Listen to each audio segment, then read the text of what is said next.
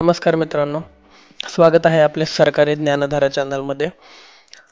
आजच्या व्हिडिओमध्ये आपण बघणार आहे की तुमचं शिक्षक होण्याचं स्वप्न पूर्ण करण्यासाठी महाराष्ट्र शिक्षण पात्रता परीक्षा म्हणजे TET एक्झाम 2025 संदर्भातील ताज्या अपडेट्स मी घेऊन आलेलो आहे. या व्हिडिओमध्ये आपण पाहणार आहोत की महत्त्वाच्या तारखा, अर्ज प्रक्रिया कशी आहे, वयोमर्यादा काय आहे, कागदपत्रे काय लागणार आहेत आणि अभ्यासक्रमातले बदल काय आहेत. त्यामुळे हा व्हिडिओ नक्की शेवटपर्यंत पहा आणि आपल्या शिक्षक भरतीचा प्रवास किंवा शिक्षक होण्याचं स्वप्न पूर्ण करण्यासाठी एक पाऊल पुढे टाका. ओके. तर TET एक्झाम म्हणजे काय? तर शिक्षक होण्यासाठी आवश्यक पात्रता परीक्षा आहे. त्याला आपण TET एक्झाम म्हणतो. तर ही एक्झाम आहे ती RTI ॲक्ट 2009 नुसार अनिवार्य आहे. RTI म्हणजे राईट टू एज्युकेशन ॲक्ट 2009 ही केंद्र शासनाची एक कायदा आहे. तर ही परीक्षा 2 स्तरांमध्ये होणार आहे. पेपर 1 आणि पेपर 2. तर पेपर 1 हा इयत्ता 1ली ते 5वी साठी शिक्षक होण्यासाठी आहे आणि पेपर 2 6वी ते 8वी साठी शिक्षक होण्यासाठी पेपर 2 आहे. तर पेपर 1 साठी आपणास 12वी उत्तीर्ण प्लस TED किंवा BEd हे कोणतेही ग्रॅज्युएशन असणं गरजेचं आहे आणि त्या परीक्षांमध्ये आपणास किमान 50% गुण मिळालेले आवश्यक आहेत. पेपर 2 साठी तसंच आहे. तुम्हाला पदवी पाहिजे प्लस तुमच्याकडे एक DED किंवा BEdचं एक सर्टिफिकेशन पाहिजे. प्लस तुम्ही विषयानुसार एक बॅचलर ऑफ आर्ट किंवा बॅचलर ऑफ सायन्स किंवा कॉमर्स ही असणं आवश्यक आहे. तर जाणून घेऊया आपण की परीक्षेचा पॅटर्न कसा असेल.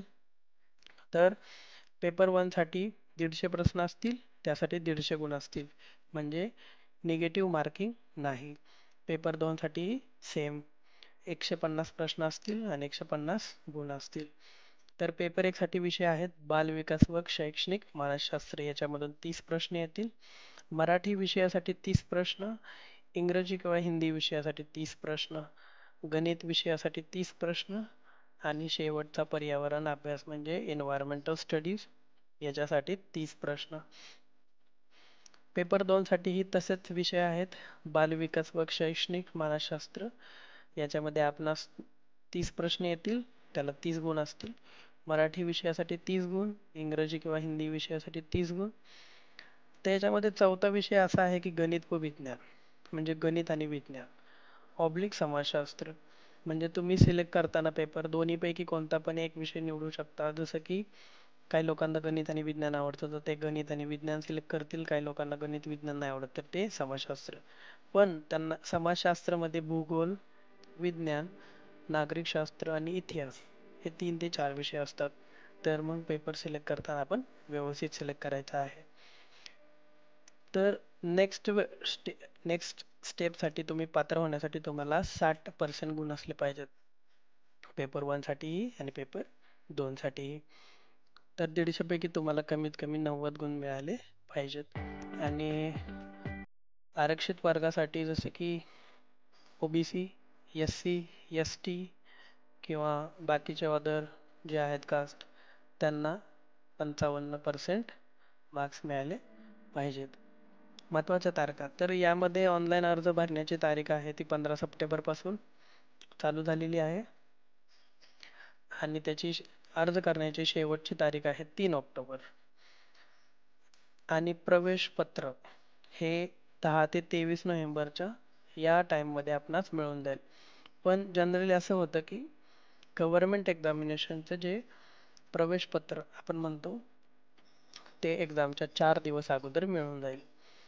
परीक्षेची फिक्स तारीख झालेली आहे ती 23 नोव्हेंबर 2025 आहे आणि ही परीक्षा 2 शिफ्टमध्ये होणार आहे, शिफ्ट 1 आणि शिफ्ट 2 मध्ये.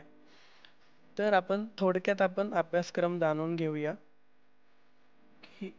की यामध्ये कशा पद्धतीने आणि कोणत्या विषयासाठी कोणता अभ्यास आपण केला पाहिजे. तर पहिला विषय आहे बालविकास व मानसशास्त्र. याच्यामध्ये तुमचं पाहिलं जाणार आहे की तुमची शिकवण्याची पद्धत कशी असेल आणि समावेशन शिक्षण कसे असेल. त्यावेळी म्हणजे तुम्ही मुलांना कसं समजून सांगणार, कसं सांगणार, बाकीच्या गोष्टींचा समावेश कसा करणार, शिकवताना तुम्ही जनरल गोष्टी कशा ऍड करणार, या गोष्टींचं तुमचं इथं आकलन केलं जाईल.